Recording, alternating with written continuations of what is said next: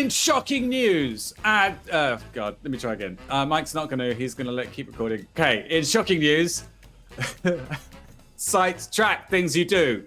Mike's gonna be very excited to talk about this in today's not so critical updates. Do you want another shot at it, Peter? I do, but you're not gonna give it to me. I'm just kidding. You're not getting it. Yeah.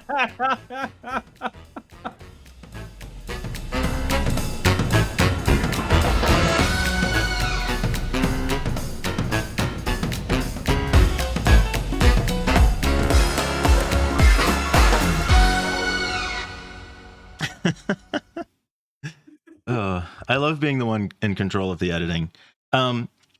So the headline is some top 100,000 websites collect everything you type before you hit submit. So part of me wants to say, duh, obviously this is happening.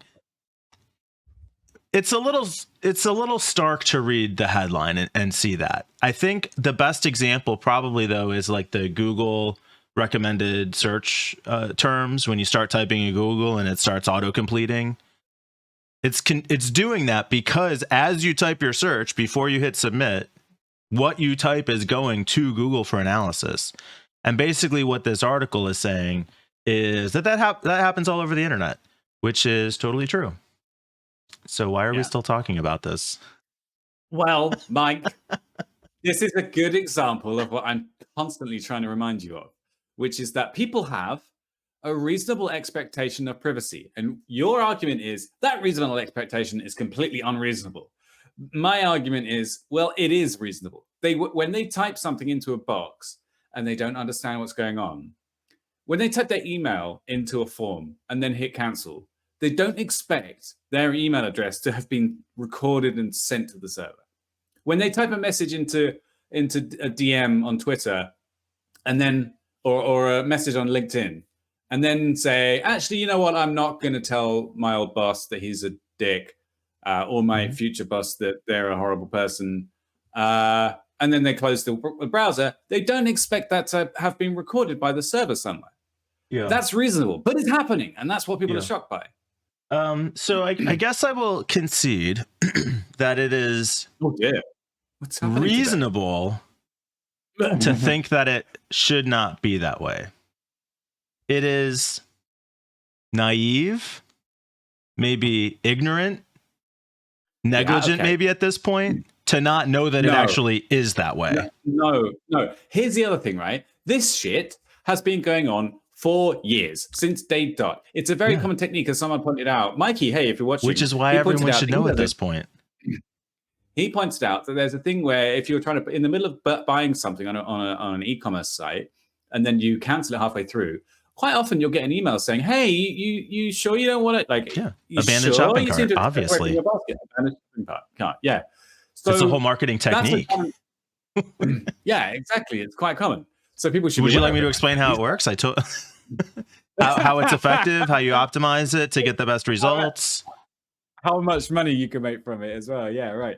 Yeah, for sure. So it's definitely is. It's just there are still people who are shocked by this.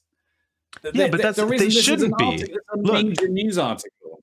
Welcome to the internet. It's 2022. If you are using the internet, you are being tracked. Everything you type, hey, you know what's worse than this?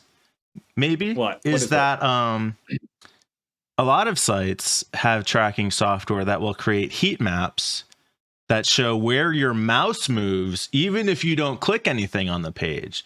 So that when marketers like me analyze it, they can see, hey, it looks like users actually hover their mouse over this button, even if they don't click it.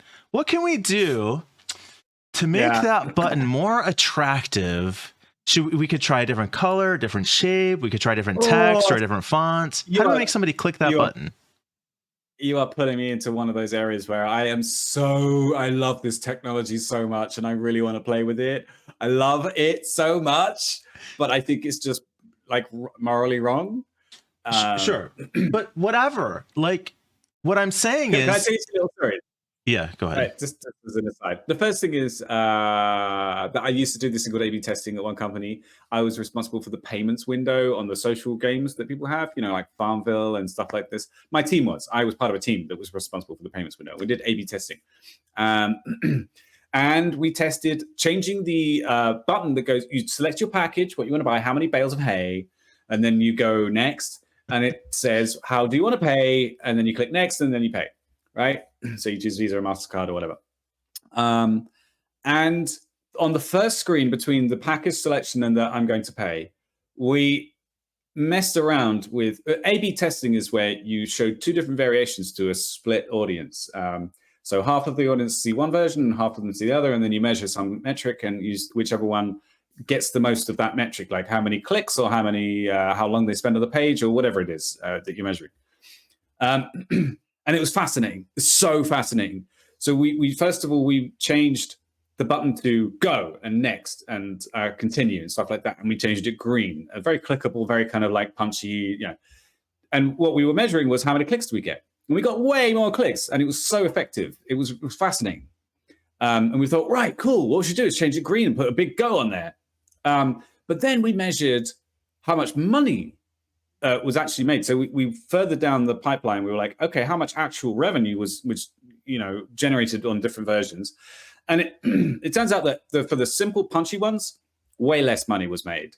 And when we did the longer kind of continue to payment or click next for your payment options or something like that, there was way fewer clicks than it, but loads more actual revenue. And it was a really interesting insight because it's like if you make the user experience clearer and easier to understand, I think probably what's happening, people were clicking it just to find out what happened next and then going, oh, whatever, and then giving up on the payment flow. Anyway, I love it. That's why I love it, because it shows you an insight into the human mind. How to manipulate people. Yes. I agree. We're on the same page. That's what I like about it too. I know. It's kind of fascinating, but it's just wrong. The other thing is, that I saw a thing today on Twitter by Dr. Augustine Fu, and he was talking about heat maps and how on ads it shows you where people have clicked. And apparently the most common place that people have clicked is in the top right-hand corner where that little X is on mobile ads. I know. On mobile games, that is maybe the thing that annoys me the most, that they'll put up the ad, which, okay, fine, whatever, you put up the ad, but they kind of hide where the X is, or they'll make like a crisscross grid pattern in that corner so you can't tell where the X is. But bottom line, if this article surprises you, wake up! Welcome to 2022. This is the internet. Everything you do is being tracked at all times, everywhere you go, on every website, and most of the physical world around you.